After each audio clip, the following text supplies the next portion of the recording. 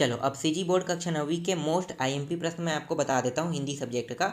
तो मैंने आपको गणित का बता दिया है। अब हम देख लेते हैं हिंदी का। तो 3 सेटों में मैं आपको दूंगा, ठीक है। तो जितने भी प्रश्न मैं दूंगा वो सब के सब मोस्ट आईएमपी प्रश्न रहेगा। और आप जितने प्रश्न मैं दे रहा हूँ इसकी आप अच्छे से तैयारी करना, ठीक है। तो ये सभी के सभी मोस्ट आईएमपी प्रश्न रहेंगे जिसको मैं दूंगा, ठीक है। तो मैं आपको एक बार ब्लूप्रिंट भी दिखा देता हूँ।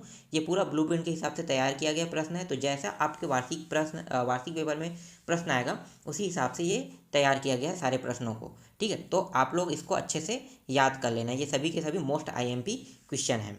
तो चलो देखते हैं। तो आपको वस्तुनिष्ठ प्रश्न देखने को मिलेगा, तो हम लोग वस्तुनिष्ठ प्रश्न से शुरू करते हैं। तो चलो देखो यहाँ पे पहला क्या है, बादल बरस गयो रचना है। तो किसकी रचना है बादल बरस गयो जो है वो है, यहाँ पे देखो 4 ऑप्शन दिया है, तो ये नीरज की रचना है, ठीक है। तो यहाँ पे आपको अ ऑप्शन लेना है। अगर यहाँ पे देखो दूसरा रहेगा सरस्वती पत्रिका के संपादक है, तो यहाँ पे दूसरा में क्या आ जाएगा, स रहेगा। पंडित महावीर प्रसाद द्विवेदी रहेगा। फिर है मानसरोवर साहित्य के क्षेत्र में कहलाता है, ठीक है। तो क्या कहलाता है, तो यहाँ पे आपको आंसर लेना है, स लेना है, कहानी संग्रह कहलाता है, ठीक है। रीढ़ की हड्डी विधा से संबंधित रचना। तो रीढ़ की जो हड्डी है वो क्या चीज़ है, तो वो है एकांकी है।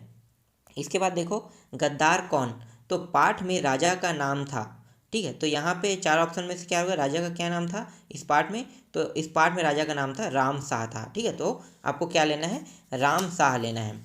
इसके बाद देखो रिक्त स्थान देख लेते हैं। तो रिक्त स्थान देखो, तो रिक्त स्थान में पहला जो प्रश्न है वो है, दो वर्णों के मेल से उत्पन्न विकारों को खालिस्तान कहते हैं, क्या कहते हैं, संधि कहते हैं। इसके बाद प्रतिदिन शब्द में खालिस्तान समास है, तो क्या समास रहेगा, अवयवी भाव। तो यहाँ पे अवयवी भाव लेना है। इसके बाद प्रकृति चित्रण में खालिस्तान की झलक मिलती है, तो किसकी झलक मिलती है, छायावाद की। फिर है चौथा है मन पछिताओ है अवसर बीते में खालिस्तान रस है, तो कौन सा रस है, शांत रस है यहाँ पे। अकेली पाठ में बुआ जी का नाम खालिस्तान है, तो क्या है, सोमा है, ठीक है। तो यहाँ पे आपको सोमा लेना है। इसके बाद देख लेते हैं सही जोड़ी मिलाओ देख लेते हैं, ठीक है। तो सही जोड़ी मिलाओ में देखो क्या क्या दिया हुआ है। तो यहाँ पे पहला है मुंशी प्रेमचंद, ठीक है। तो मुंशी प्रेमचंद को किस में लोगे, तो ये जो है मुंशी प्रेमचंद जो है वो क्या है, एकांकी के, ठीक है। लेखक जो है वो एकांकी के लेखक है। फिर है कृष्ण चंद्र, ठीक है। तो कृष्ण चंद्र क्या है, जामुन का पेड़ इन्होंने लिखा है।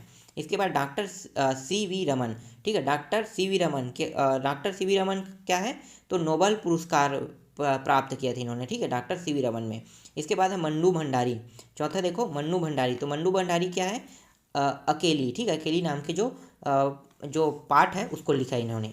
इसके बाद डॉक्टर हरिवंश राय बच्चन, इन्होंने क्या लिखा है, तो हालावाद, ठीक है, इन्होंने लिखा है हालावाद लिखा है। इसके बाद देखो यहाँ पे प्रश्न उत्तर पे आते हैं। तो देखो प्रश्न उत्तर क्या है, विलोम शब्द लिखे, तो विलोम शब्द लिखना है हमें। तो यहाँ पे 4 शब्द दिया हुआ है, ठीक है। इन चारों का आपको विलोम शब्द बनाना, जैसे पक्ष है, कृतज्ञ है, मृदुल है, उपकार है। तो इन चारों का विलोम शब्द क्या होगा, आपको सभी के सभी प्रश्न बनाने हैं ना, यहाँ पे वस्तुनिष्ठ नहीं छांटना है, ठीक है, चारों प्रश्न बनाना है। तो मैं इसका आंसर नहीं बता रहा हूँ, आप लोग ढूंढ लेना, ठीक है।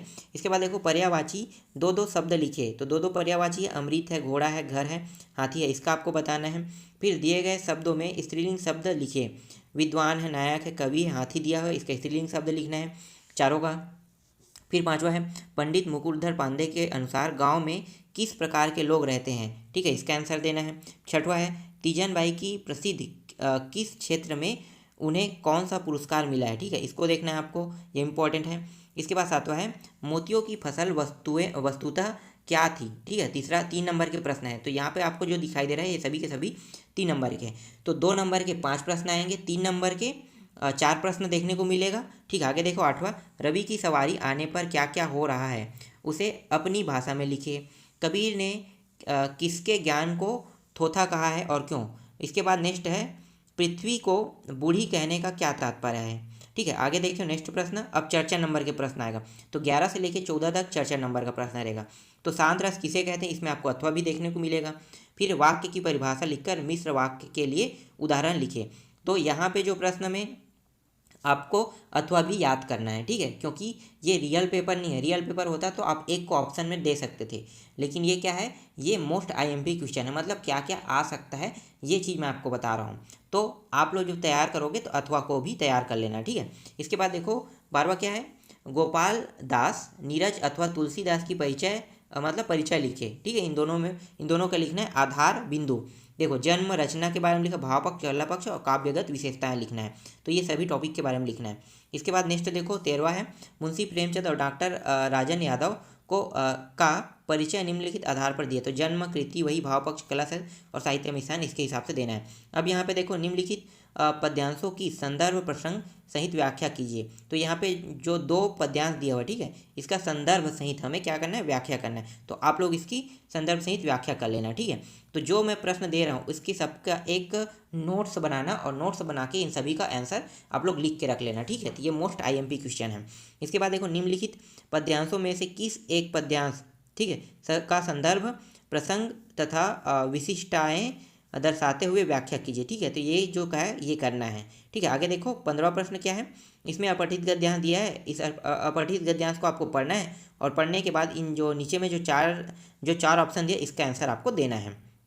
इसके बाद देखो यहाँ पे पत्र लेखन है, आपके मोहल्ले की सफाई नहीं होती है, ठीक है। इसमें महापौर को उक्त संबंध में शिकायत पत्र लिखे, शिकायत पत्र लिखना है, ठीक है। इसके निम्नलिखित में से किसी एक विषय पर निबंध लिखे, ठीक है। तो यहाँ पे किसी एक विषय पे आपको निबंध लिखना है। तो यहाँ पे 5 विषय है, इन 5 में से कोई एक विषय पे आपको निबंध लिखने का कहा जाएगा। तो अधिकतर जो है